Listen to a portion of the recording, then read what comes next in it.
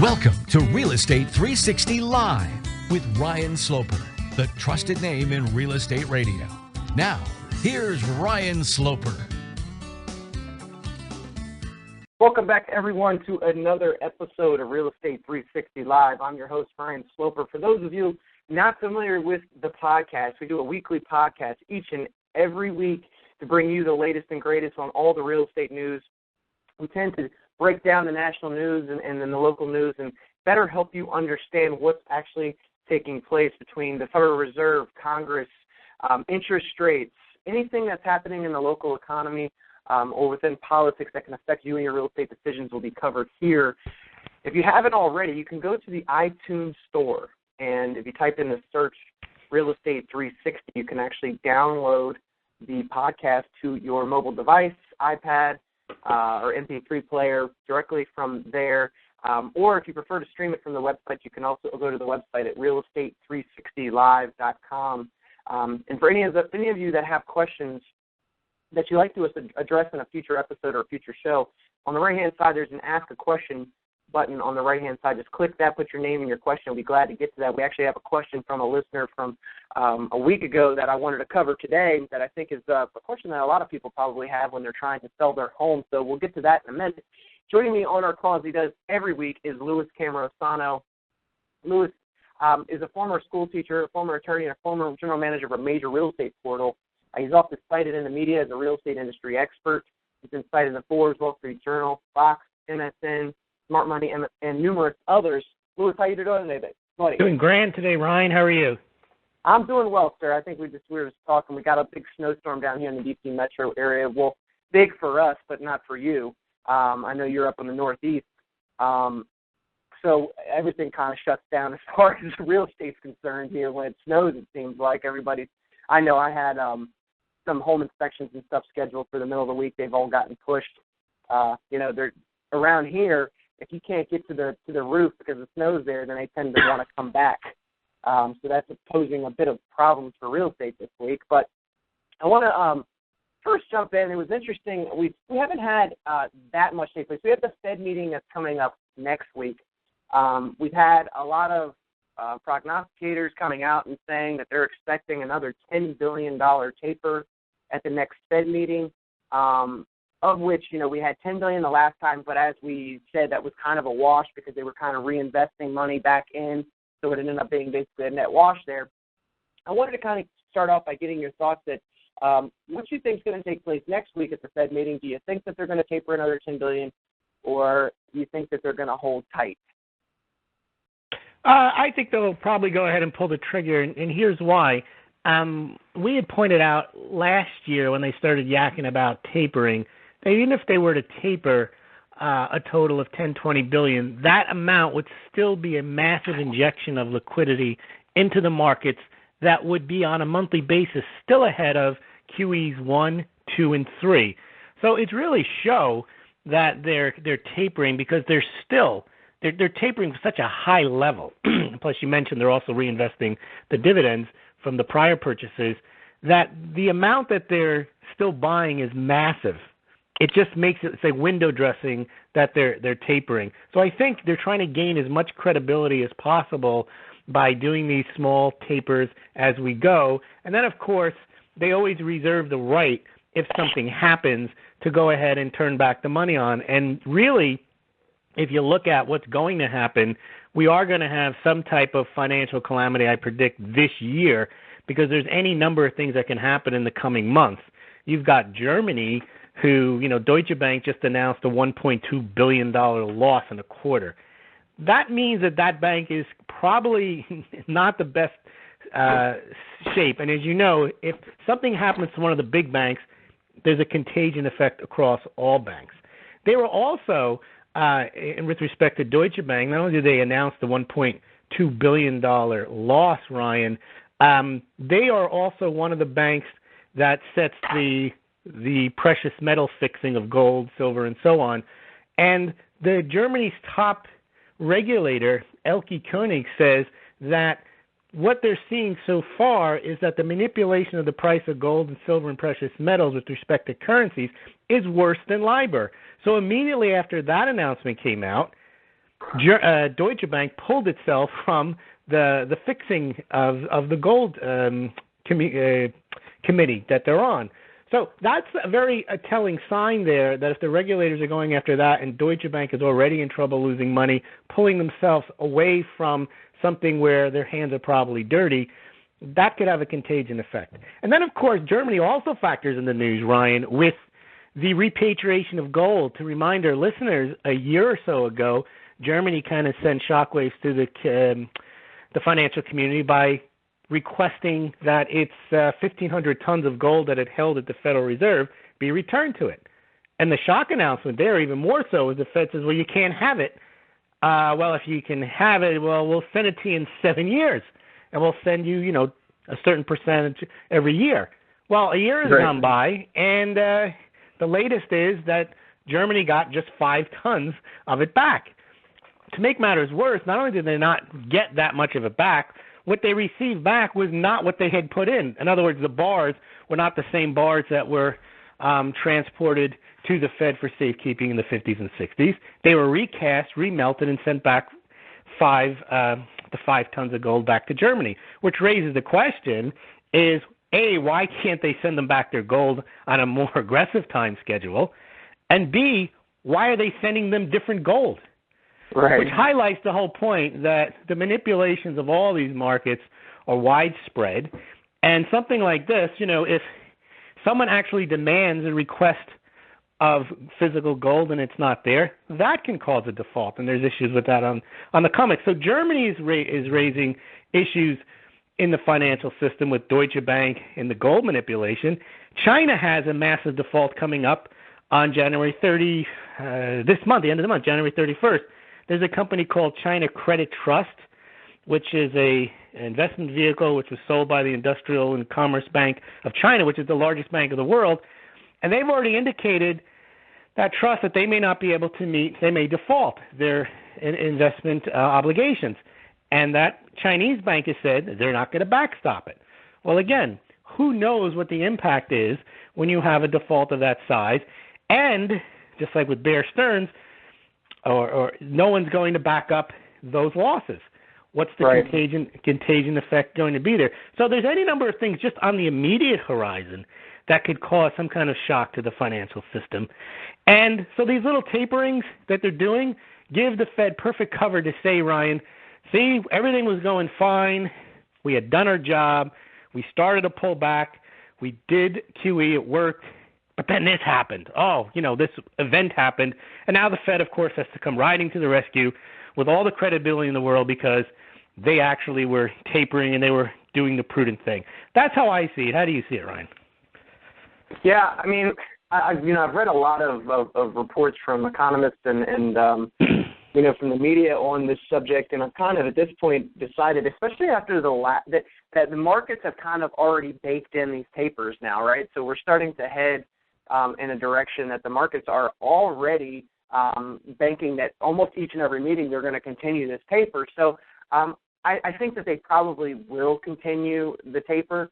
Now, I will, state that I think that the fact that there really isn't much inflation right now, right, is what I really feel is keeping the 10-year note and mortgage rates from actually exploding right now.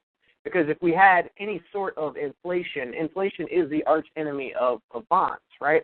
So I think that if we did... Well, we do have inflation. I think what you mean is you haven't seen, as the government measures it, the CPI inflation. But there's clearly inflation in energy and food costs. Clearly there's inflation that everybody and everyone every day sees, right, on a level out there in the market. But what I'm talking about, yes, is the CPI and the way the government measures it. What they're looking at specifically, yes, because we know that many investors are basing a lot of their investments and what they put their money or take their money out of based upon the reports that the government gives them, right? They basically, nobody's willing to come out now and say that, the Bureau of Labor Statistics or any of these other Labor Department, anybody else is wrong. They're not willing to do that. So we have a 10-year yield right now at 2.82%. Now, if I feel like if the actual government inflation number was actually what I think it is, right, on the streets, then that 10-year yield should probably be up around 3.5 to 3.9 right now. Wait, stop right there, and Ryan. If you don't even have to start there. If the Fed wasn't manipulating interest rates in the first place, they would be higher. Oh, absolutely. So they use all the different measures where they control each and every aspect of how price discovery and interest rates are. They're not done by the market. People don't actually get a chance. The markets don't get a chance to actually assess the data. And you pointed this out multiple times in the last 3 years. Everything comes from the Fed, and then from the Fed you have the media complicit with what the Fed says, and all the labor statistics and all the other statistics that the government puts out are all designed to present the narrative that they want to present as to how the economy is doing. Absolutely, and don't think for a second that the Fed isn't leaking stories to certain media outlets to absolutely, to start to push people's opinion one way, and then only to turn around and leak another story on the other side, which completely contradicts what they just said to the one media outlet. They do that to keep this confusion, to keep this chaos going on, and this is going to continue. It's like a CIA operation, Ryan. Absolutely. I mean, but it's if you think about it, I mean, this on how many levels, how deep this thing is, and how many parties actually have to be involved in this. I mean, it's an entire market manipulation. You can't expect, Ryan, that the Fed manipulates interest rates and participates in the bond market only, and that's it. That's all they do. Well, they wouldn't be successful in controlling the outcome that they wish if all they did, which is already price fixing, was fix the interest rate and purchase $1 trillion worth of securities in the market. They have to have their hand in so many other things to get the result that they need. And they have the authority to do it. They're not audited. So who knows what they're doing? Right, and you brought up a good point. I mean, supposedly the Federal Reserve is holding all this gold. Who's to say they even had it, Louis? Who's to say they even I'm sure they had it. Who's to say they still exactly. They still have it right now, like in their possession today. Yeah, I mean, they probably had it before. Who knows where it's at now? Or are they just hoarding all the gold because they want to keep control? Right? Well, I think some of the theories are that they don't hold it anymore, that they've used it to satisfy other obligations, and that because they can still claim that they have it even though it's not audited, they can continue to hypothecate off the gold that they don't have, and then when somebody really wants it, they manage to do other manipulations and drive the price of gold down so that there's redemptions in gold, and then they can purchase it cheaper and then satisfy the physical demand. There's all sorts of manipulations and theories that you can come up with. None can be proved or disproved because there's no audit of the Federal Reserve or even of the gold reserves that the United States has at Fort Knox. But there's so many telling signs that when somebody asks for the gold back and they don't give it back, or they give some reason why they can't give it back, and then they say it takes 7 years, and then they only return a small amount, and it's not the same gold that was put in there, it does raise questions.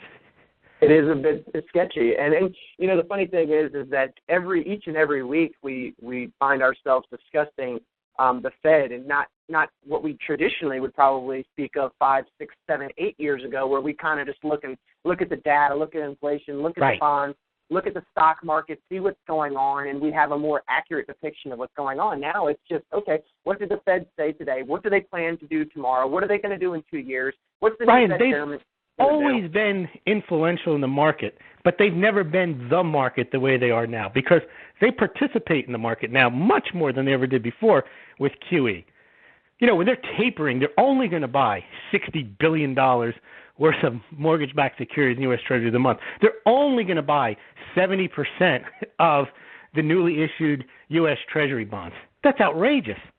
Right. That is the market. They are the U.S. Treasury market. They are 100% of the mortgage-backed securities market, probably, of the type that they're buying off of their member banks. Yep. And imagine if their actual government CPI number that comes out would actually be high, it would crush treasuries, right? It would force them to have to start to raise the federal fund rate, which they've already said they have no intention of doing in the next couple of years, right? Because they know that they're the lender of only resort for those treasuries. They're the only place that money's coming from for those treasuries, so they don't have a choice. U.S. government cannot afford higher rates. The banks don't want higher rates, so the Fed takes care of that for them. But you know what? But somehow the general public can afford higher rates, and that's why they can start to pull back the taper, because the economy is improving, and the general public can afford to pay higher rates, just not the banks, right? The banks can continue to hoard cash and invest in the market, but they can't actually have mortgage interest rates stay low because the average Joe out there's income is going up by tenfold, right, Louis? I mean, that's what they're saying. I mean, that everything's getting so much better for the average customer. Because at the end of the day, who is this hurting? It's hurting the customer again because interest rates are going up. Now, should they be higher? Yes, they should. I do agree. But if you're going to benefit somebody, why continue to benefit the big banks? Because that's all that matters to the Federal Reserve. And if you saw Mr. Stump, the CEO of Wells Fargo, came out and says that things are looking good and that he sees that home values are probably going to improve anywhere from 3 to 5% this year, and that he feels that the mortgage market will boast $1 to $2 trillion in business, and he says it's all a bunch of purchase business that's coming out, so he feels good about the market. Well, I feel great about the market too, Mr. CEO, if I was able to basically borrow unlimited cash and do what I want with it. You don't have to give loans out if you don't want. You can do whatever they can commit fraud and nothing's going to happen. Right, and for him to just throw out random numbers into $1 to $2 trillion, apparently he hasn't been paying attention that Citi has been laying off mortgage divisions and mortgage workers. Flagstar Bank, the CEO stepped down from Flagstar. They cut some 700 people. This is rampant across the mortgage industry. Everybody's laying off people, cutting divisions, but yet it's the reason why they think that they're going to continue to make money is, of course, they're just going to cut their staff. Well, Ryan, the other reason they're confident that home prices will continue to rise, they're not relying on the retail investor to support the market. They're not relying on an increase in mortgage applications. They're not even relying that the home builders will build more homes. They hope they don't. They're relying on tight inventory where the banks only slowly release foreclosures into the market. So there's few homes to sell, and there's low interest rates, and there's investors chasing those homes. Home prices will go up. Yeah, that's what they care about. They're worried about the profit they make. They're not worried about the Fed isn't worried about helping the overall market. They're not worried about helping millennials get into homes. They're not worried about getting more first-time home buyers. They're not worried about making rising the home ownership rate. They're concerned about pushing home prices higher so that the banks that they're bailing out will eventually be able to sell the homes that they have on their balance sheet that they've not marked to market and say, now they don't have losses anymore. They just want home prices to rise. And they've convinced all of us that rising home prices are the be-all and end-all. That's the health of the housing market, rising home prices, not home affordability, not how many people are able to buy homes. They keep running this mantra that rising home prices is a good thing. And the reason the rest of the population goes along with it is because 25 to 50% of the people are in some way, shape, or form that own homes underwater. So, of course, they want home price. They want the bailout, too. So, basically, you have more than half the people in the country who have a vested interest in cheering on home prices to make up for the loss that they had handed to them because of Fed policy 7, 8, and 10 years ago. Now the Fed has come to the rescue again. So, basically, most people are in the throes of, the Fed has busted their leg, and now they're relying on them to fix it. Yep. Because they forced them into the home market to overpay. Home prices went down. Everybody was really annoyed at the banks. So now the banks are helping them get their equity back. Right. And, you figure that in itself is a reason enough for people to feel, or for consumer confidence to be higher when people feel like they're starting to come out of the hole and they're almost got themselves back to even, right? It makes complete But nothing's sense. happening, Ryan. That's just sitting on an asset, and the price and around you, everything is going on, which isn't good, but your home price is rising. So no gain, no effort of your own, no labor, nothing. Right. Consumer confidence is not going higher because people's wages are increasing by 3, 4, 5% annually. People got some extra hours. They're not working part-time anymore. They moved into full-time jobs. They're really starting to produce. They're feeling good about their circumstance. No, they're feeling good about the house that they live in. Right. More people are coming off of unemployment benefits and actually going back to work. Those are all signs of what should be, high levels of consumer confidence when those things are happening. Because not higher home prices. Right. But that's what they've been conditioned for, the last 10 years now? The whole economy is based on housing, and, of course, realtors push that concept, and when home prices go up, it's a good thing. Right, and, it is, for people, I guess it gives them that sense that, hey, we have more money now than we had yesterday, Right. Now we can sell our house and take that money out and do something with it, or we can refinance and take that money out and buy cars. Debt, right? Buy cars, buy boats, buy another vacation home. I mean, now there's certain instances where people do the correct thing with managing their equity and taking out low fixed rates and doing that, but for the most part, across the country, that's not what actually takes place. People typically strip down their equity out of the house and go blow it on some other declining asset, right? But that's what they want. They want consumer spending. Right. That's what the United States economy is built upon. It's not built on, why don't you save your money and invest it? Why don't you put it in the bank and earn interest? They want you to, why save for college? Get a loan. Right. Because, in fact, you can't even save for college anymore. You used to be able not to have to save for college, but work your way through college. Then your parents had to save for college. Now you can't save $250,000, $300,000, whatever it costs to go to some of the Ivy League schools. But put those schools aside. I was looking at tuitions the other day. They're $40,000, $30,000, $40,000, $50,000 a year for a private university. If you've got two kids, you can't save that kind of money. No. The kids got to take a loan. Right. They encourage that. Right, and then you're hoping that potentially your kid could maybe get a scholarship or something like that, but for the majority, that's not the case. And it's like you and I talked, and this is just a vicious cycle, right, Louis? Because we're going to be talking about this for years to come, because the employment situation is not just going to turn itself around. It's not because kids get more education. That doesn't create jobs. We need a complete system overhaul, and that's not going to take place anytime soon. Only happens if the thing collapses and it just reorganizes on its own, and people make decisions based on what makes sense, not based on what they're kind of forced into. Right. Forced into thinking that, 2 more years of school after 4 years is going to be the answer to get them their first job making $40,000 a year, which they can barely afford to pay back the student loans that they just took out. Right. Nonetheless, buy a home or a car. Exactly, and I mean, and that's the people that are buying houses now are well qualified. They're people that have saved up money, but they're probably because they have maybe 2 income earners in their home that are both making $7,500 plus a year.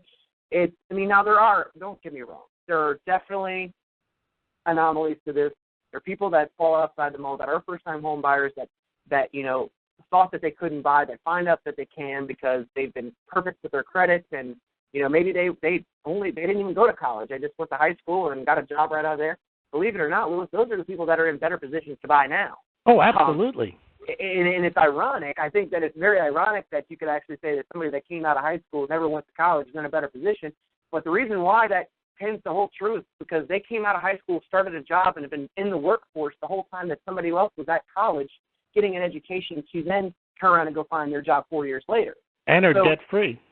Absolutely. They're debt-free. They've been in the workforce. They probably, from the ripe age of 18, most of them, that have went this route, and they've put themselves in a position where they could potentially buy, and it's crazy, but that's the people that right now are able to take advantage of this. Most of the ones that you're talking about, Louis, are the ones where the student loans are $400 or $500 a month, which you figure if you've got a car payment and a student loan payment, and now all of a sudden you're at $800 to $1,000 a month, that changes your debt to income ratios immediately. And if you're only making $50,000 to $60,000 a year, you're not going to be able to buy much of a house.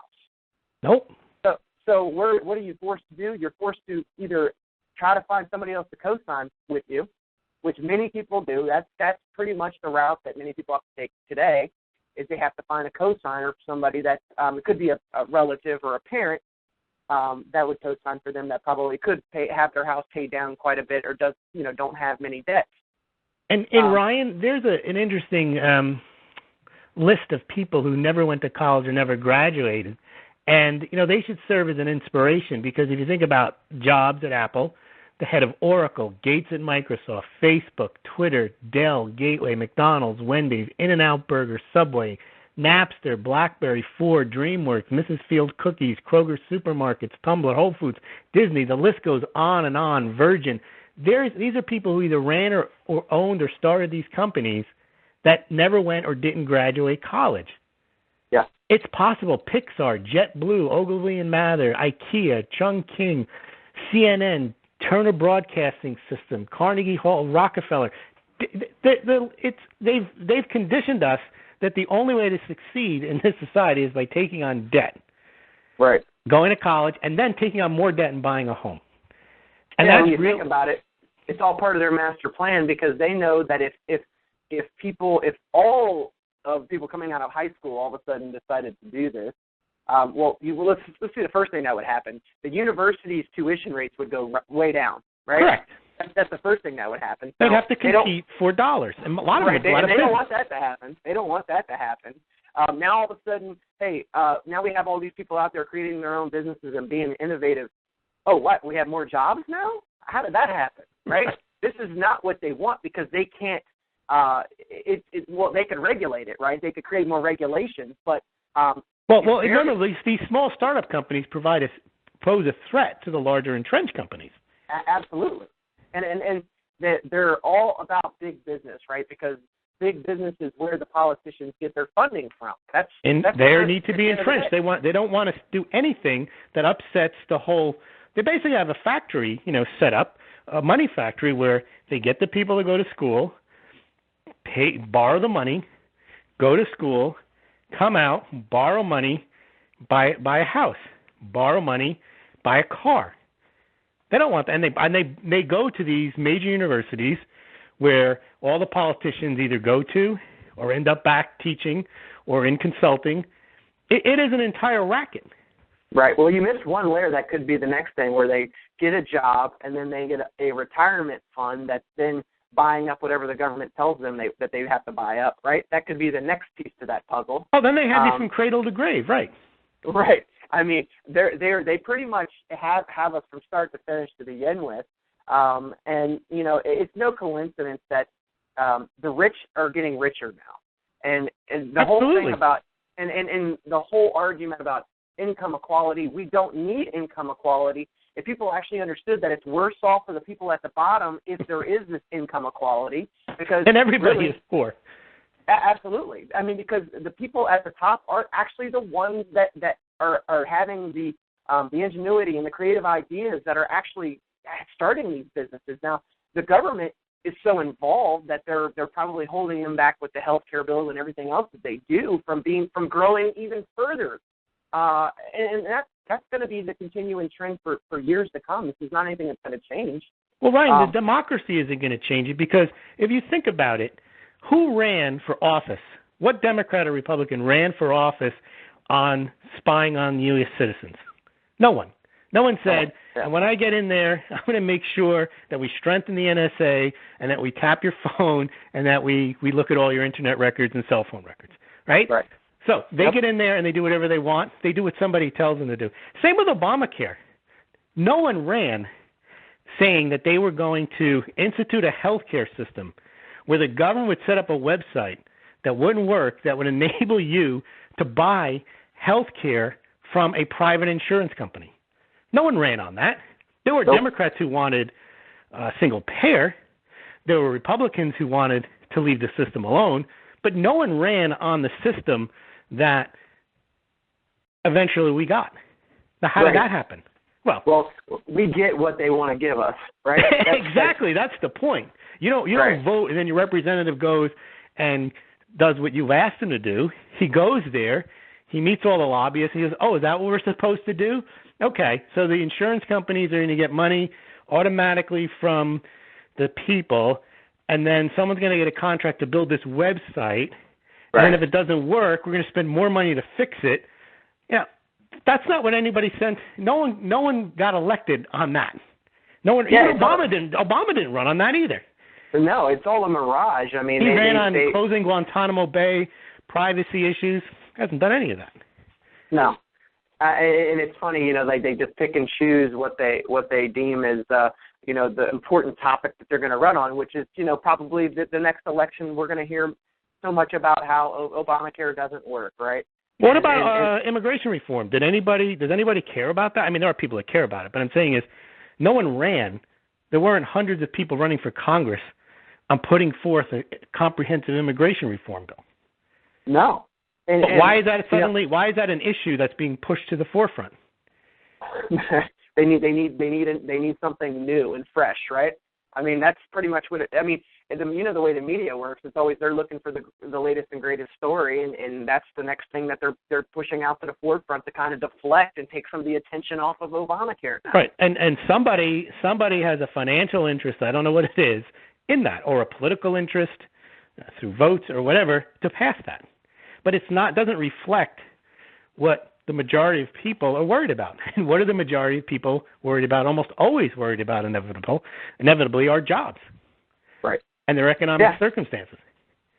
Yeah, and you know, when we always pull things back to real estate, I mean, if people are worried about their jobs, they're going to be more tentative in making decisions whether they're going to buy or sell their home because they're unsure of where they're going to be.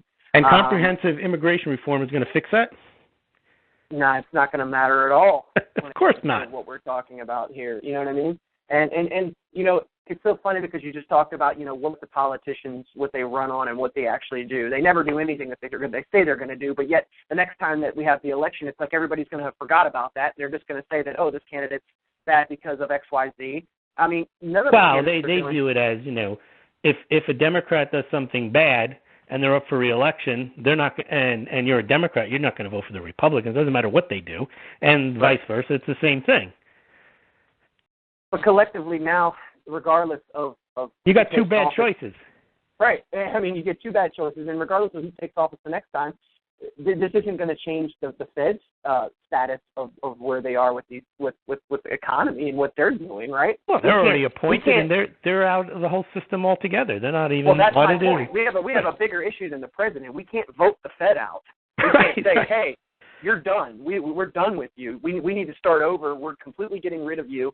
You can no longer buy mortgage-backed securities. You cannot buy treasuries. You can't manipulate the stock market. You can't do any of these things. And the only way that would happen, Ryan, is if the Congress removed the Fed's, not the Fed's charter to exist, but let's say it moved it back to what it originally was supposed to be, which was just a bank of last resort. It wasn't supposed to have a dual mandate of, you know, once you tell them they're supposed to help create employment, that gives them carte blanche to do whatever they want to say they're creating employment. They give monies to the bank for free and tell you with a straight face it's supposed to help employment. It's perfectly legal under the charter because that's what they're supposed to do. So the only way you can really rein in the Fed, you can totally abolish it, but the better way would be for Congress not even to audit it, but to remove certain powers that it has. Right.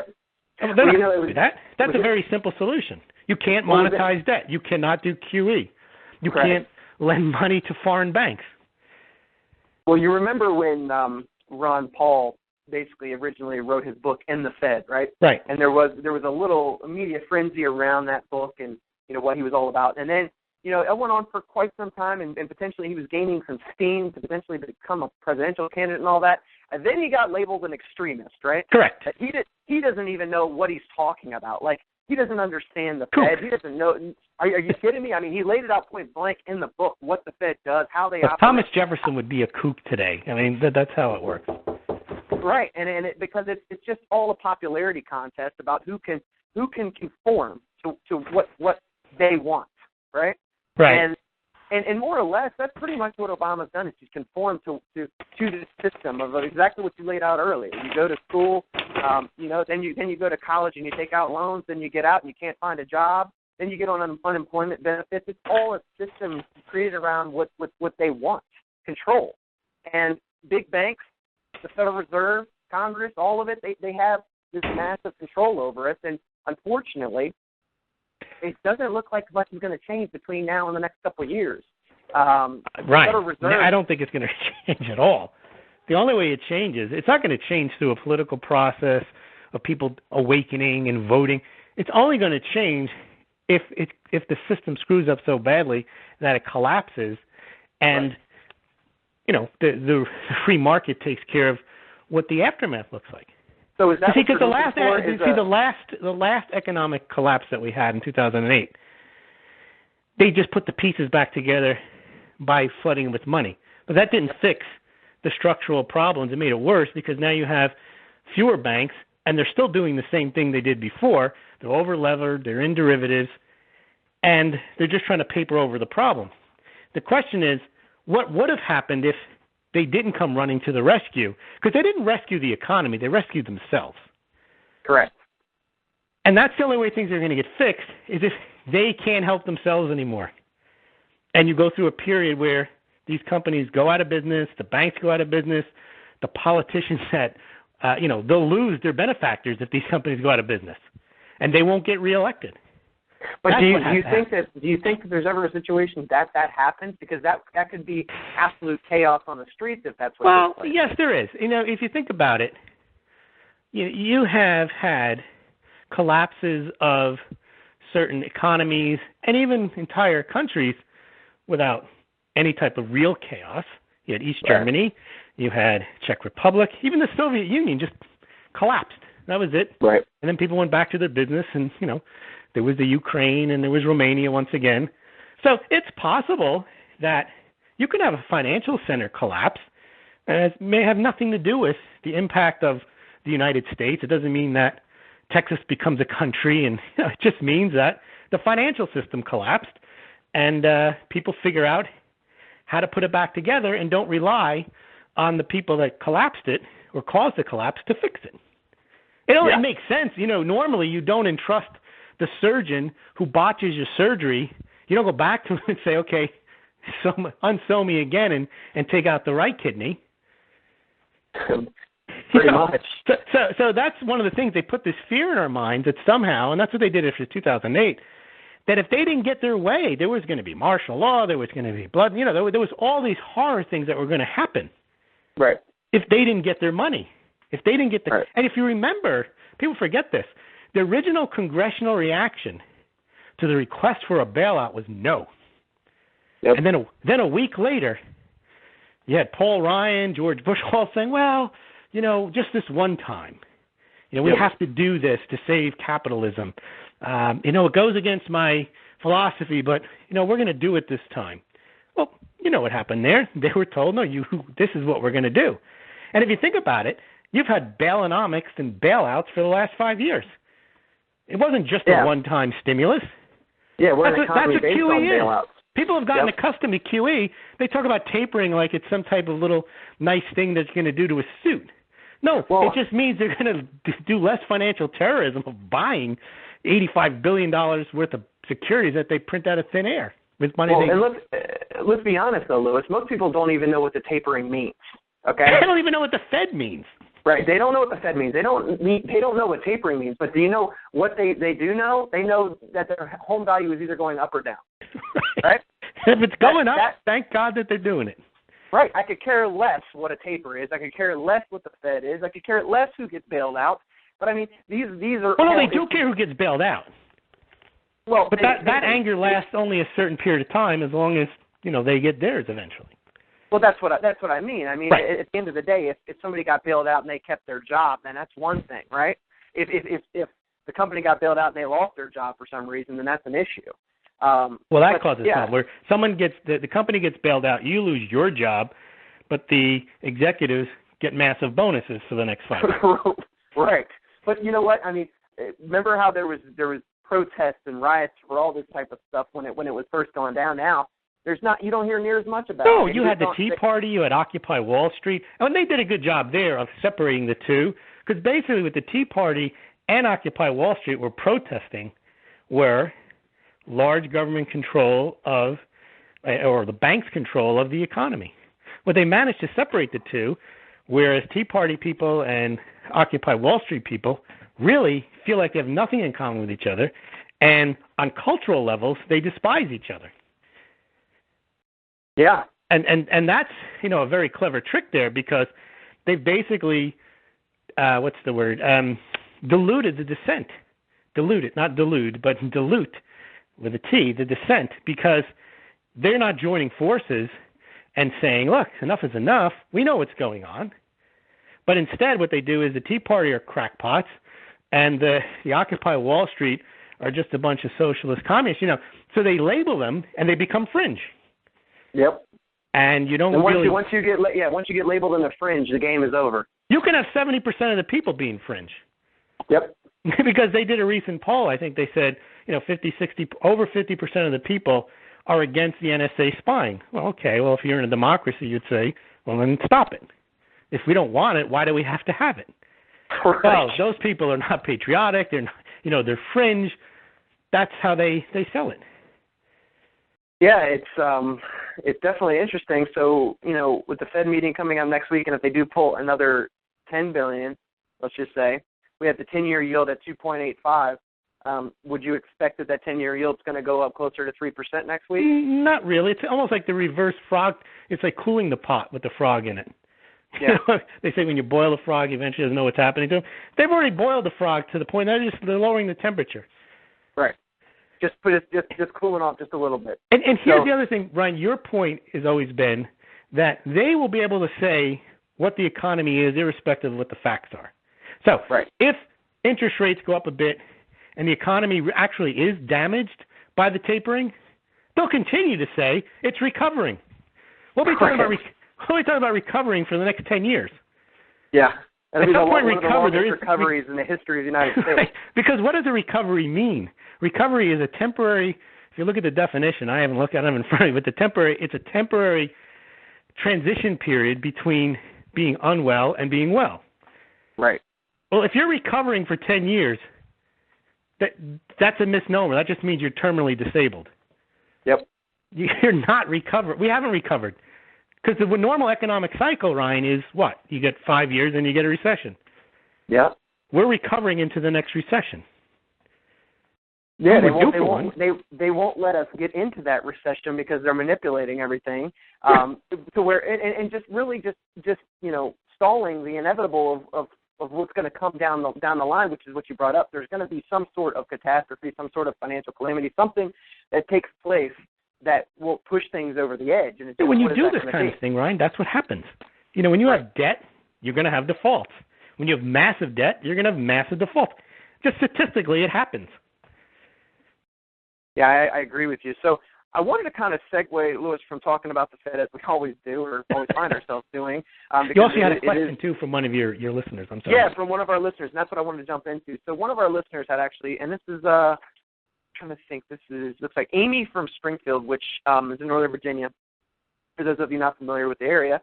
And she actually had asked a question in regards to real estate, and she said she just was recently got her head above water as far as equity is concerned on her home. She was thinking about listing her house for sale in the next few months and just realized that one of the houses on her street just lowballed their asking price. She gave me a number here, $450,000, when most of the other comparables are selling for $475,000 to $500,000. She's asking if that property, which is the exact model that's sitting on her street, is going to affect her ability to sell at a higher price. Now, I think that's a great question because, this does happen from time to time that either the seller decides that they want to do a quick sale, right? The seller decides that they want to price it probably below market value. And you know what? I may be giving this listing agent too much credit because the listing agent could have came in and priced it wrong, right? If he was because I didn't, obviously haven't pulled to see who the agent would be on this property yet, but if they were from outside the area and they priced it not really knowing the area, then that could have caused the problem too. But now if you have this house, which is same square footage, that's going to settle on your street and it's probably only a couple doors down, yeah, you're going to have an uphill battle, but you can beat this. But you have to be able to lay out your case to the potential appraiser when you go to sell your house that, hey, they listed this as a quick sale. That's the only reason that this happened. And I also have 4 or 5 other sold comps that are my square footage that are within a mile radius that I can support a higher value for. So it doesn't mean that you're dead in the water, that all of a sudden, you thought your house was worth $475,000 to $500,000 and now it's only going to be worth $450,000 because that's not the way they put appraisals together. They're going to use more than one comparable. Now, could it hurt you? It could hurt you a little bit because you might decide to put that comparable in there because it's on your street. Now, if you're able to break this down, and I think, Louis, what I always tell majority of the sellers that I work with is that it's critical that the listing agent meets the appraiser at the house when he does the appraisal. Yes. Right? Because if there's nobody that meets this appraiser at the house when he shows up, then he's going to take it upon himself to do whatever he's going to do to pull whatever comps he wants to pull. I can't tell you how many transactions have been ruined because the appraiser never once reached out to the listing agent to find out what comps she used to price the home. Now, should they be doing that? Absolutely. Do they do that? No. They think that they know what's going on. They know the area. They don't need to question. They don't need to do anything. Now, they want to get paid, Ryan. They want to do the least amount of work. They don't want to be seeking second and third opinions, but they'll take one. This is important. If somebody is there and will help them do their job better and makes their job easier, they will listen to that listing agent. Heck yes. And it's, yes, do we have a lot of regulations and things you can and can't do? Sure. But all you're doing is offering an opinion of why. And some facts. And some facts. You're showing you have it in writing, houses that have closed and settled at that price with a similar square footage. Those are important things to be armed with. Now. And Ryan, what about features of the house and of the property that may be different, differentiating features? Absolutely. So it's critical when you go in and you actually do see that, okay, a similar house was priced much lower. You want to find out exactly what that house had, or yours. If you have many more upgrades than the other home, right? You can lay those out. If you have, the other house didn't have a huge deck, but you have a deck, that can be an extra $10,000. You have a patio, the other one doesn't have a patio, that could be. You have hardwood floors throughout the entire house, the other one doesn't. You have upgraded appliances and counters and cabinets. I mean, all these things matter. Right? And you don't have plumbing issues. You put in new windows, insulation, lower heating bills, swimming pools. Yeah. And the more documentation that you have, let's say that you just did a bunch of renovations within the last year or updates, and you have the receipts for all the work, of course, that's something else I would throw in that package to give to the appraiser, because all of that is basically giving him ammunition to be able to reach that higher price. Also, right? Ryan, location even within a block, at the end of the block is the highway, but, 6 houses in, you're away from the highway. They're going to be treated as a comp in the same way, but really the house 6 blocks away is more desirable. Oh, of course. And then there's certain streets, Lewis, where one house has a water view and the other house doesn't, right? Correct. So that changes value immensely. So I want to tell her that, in your situation, I understand. And you know what? People get very bitter and very mad when they feel like mispriced their house, right? Or they priced it below market value. It puts a bad taste. Like, I can't believe that neighbor just did that. Well, we obviously don't know that seller's situation. Maybe they were in a distressed situation. They really needed to sell it quickly, right? Then that's why they could have priced it lower. But it doesn't necessarily always dictate the value of your home just because somebody, one person did that. Now, also highlights that you don't have counterparty risk, you have neighbor party risk. You don't have total control of the value of your house, no matter how well you take care of it. It's what your neighbors do. And that kind of leads to another point too, Lewis. So we know that the overall economy is not doing that well, right? Mm-hmm. So there are going to be more people out there that are in these distressed situations and need to sell quickly. Or rent their house, Ryan. What if they rent their house? That sometimes brings the property value down. It can. You have renters in your neighborhood now where you didn't have them before, especially in a condo situation. And then, and typically when there's a lot of rentals, there's less sales, right? That's just typically what happens when you have a predominantly heavy rented subdivision. But, with the economy not doing well, what I've seen lately is, obviously when there are money issues tend to lead to more divorces, right? More divorces mean that people have to sell or, refinance and buy the other one out. So there's a lot of this going on now. So I'm seeing more and more of these type of distressed situations where people are selling at lower prices or just selling to get out quickly. The only thing that you can do is really try to set your house apart from the other ones. So if this is the only comp that's on the street that's sold lower and everything else is trending up in that 475 to 485 to 490, the best thing that you can do is hire an agent that knows what they're doing, obviously, first. Right. Second, you want to make this house look like a model home so that when an appraiser comes in, right, it's going to far and away take all the doubt of that other house out of the equation. You have to do that. Because if he comes in there and it's dirty or it's cluttered and all these different things, it would be very easy for him to look at the pictures of the other house and just determine that, this other house looks superior, so now I'm going to have to probably base my value more towards this house versus the other house that was at the top end. And Ryan, do you advise your client to do cleaning and decluttering, lightening and brightening, and in some instances home staging, correct? Absolutely. Because you know what? It's the home staging. Could you do it yourself? Sure. I always like to have another person come in that has an eye just for switching things up a little bit because, you know, the cost is minimal most of the times. I mean, sometimes you can get it done as cheaply. If you already have furniture in the house, you can get it done for probably $1,000. That could end up making an extra $10,000 to $15,000. Right. That's been, in my experience, that's what it does. You're basically trading $1,000 for $10,000 to $15,000 in return. So we had done a study when I was at Home Game, the returns on investment on certain cleaning and decluttering, lightning, brightening, and home staging. Those are the top three. If you put money into doing those, you got a higher sale price, and you sold quicker.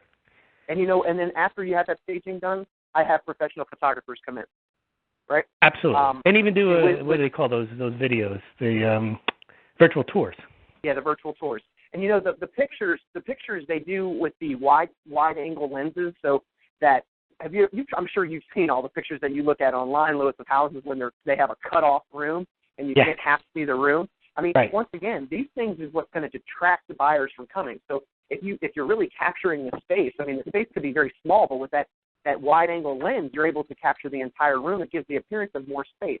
And even the iPhone, I'm not suggesting use iPhones, but they're pretty good now. They have the wide angle lens. Oh, absolutely. I think the 5S, right, is the one Correct. that's got. Yeah, it's very high tech. I mean, at the end of the day, you want to be doing as much as possible, which is going to dictate a higher value for your home. And I promise you, if you just come in and just price it, you know, just towards the high end, but you're not doing all these other things, you're not going to get it. Especially if there's another home on the market. You didn't discuss. This caller's question was with respect to her home being now the next home on the market. What if there's two homes on the market now, and you got that bad comp situation?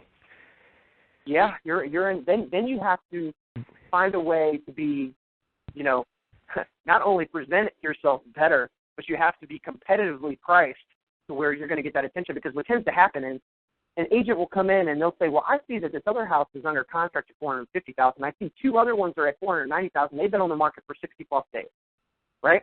So automatically, if you're higher than them, it's going to look like, well, you're priced too high. Yep. So there's a lot of you know, things that you have to do. It's perception. It's the perception that you're putting out there. Now, I will tell you, Louis, a lot of time I just look at the pictures in the virtual tours and things, and I automatically say, you know what, they didn't do a very good job of getting people to this house to see it. Because pretty much 90% of the searches start online. And if you don't have pictures, I can't tell you how many $500,000, $600,000, $700,000 houses that I don't even see interior pictures of. Ryan, you see the MLS, you scroll through them, you see 10, 15, 20% of homes without a picture. It's absurd. It's absurd. Crazy. It's like trying to apply for a job without a resume. I tell people all the time, if your agent doesn't put pictures of your house online, unless you're the one that told them not to, exactly.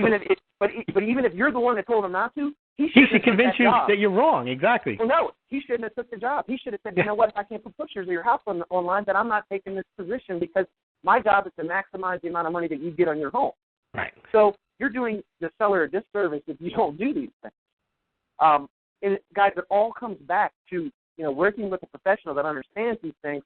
Like I said, I have a little bit of a different dynamic only because I actively buy, sell, and invest in real estate. So I'm not just selling it, I'm buying it. I know what it's going to take to get somebody to buy a home. And I know what it's going to take for somebody to buy at a max value. Right. And at Home Game, Home Game was a marketing service. And everything you're mentioning are the things that we used to advise our real estate customers to do. Yes. And our real estate customer was the realtor. Absolutely. So I think, the long and short of that question, Amy, is that, just take a deep breath. It's not the end of the world because of that happened. But what I will tell you is make sure that you do, when the time comes, work with a professional that understands this market. Because if you don't, then you could end up with an appraisal that matches that 450,000 house that's on your street. That's just the reality. And the other thing to keep in mind for Amy is that oftentimes a real estate agent, if they think they can sell the house for a lower price, even though they could possibly sell it for a higher price, it's a lot easier for them to sell it and get their commission at the lower price. So that's another thing you have to make sure is that you're on top of your realtor and you say that you really want to get a certain price. Of course, they'll try to talk you out of that because it makes their job harder. But if you have someone you can trust, you can arrive at a listing price that makes sense for you and makes sense for the real estate agent. And a good sign of a good realtor, Ryan, and I'm sure you agree with this, is one who will decline a listing because the seller is asking for an unreasonable amount. Yes, that's one thing I will do all day long because I'm wasting their time and they're wasting mine, right? A lot of unscrupulous agents will take a listing just to have the listing. Right, and then it just sits there. And then ultimately the days on market kills that property in the end, and they end up having to reduce, and they hire another agent, and the other agent has to come in and list it $25,000, $30,000 lower than the first time when they could have just did it price to right the first time.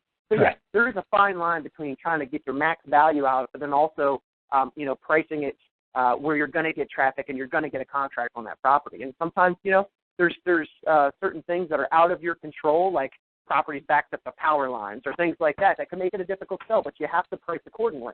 Correct. And you have to have a realtor who understands that dynamic and will work with you. Absolutely. Yep. So, Amy, like I said, if you have any follow-up questions, I'd be glad to answer them, but I think that, you can rest assured that you can get a higher value than the one that was on that street. So, Louis, we're coming up on the end of the show. I want to thank you for coming on. Let all of our listeners know where they can catch your weekly blog at. Oh, Ryan, thanks for having me. I'm smallgold.com, SMAULGLD. If you go there every couple of days or sometimes as long as every week, we put up a blog post on the economy, real estate, gold, silver, and sometimes even Bitcoin. So please check it out at smallgold.com. Thanks, everyone. Thanks, Ryan. Thanks, Louis. I appreciate it, guys. And if you have any questions for me, don't forget to download the show on iTunes at Real Estate 360 or go to the website to stream it at realestate360live.com. Talk to you soon.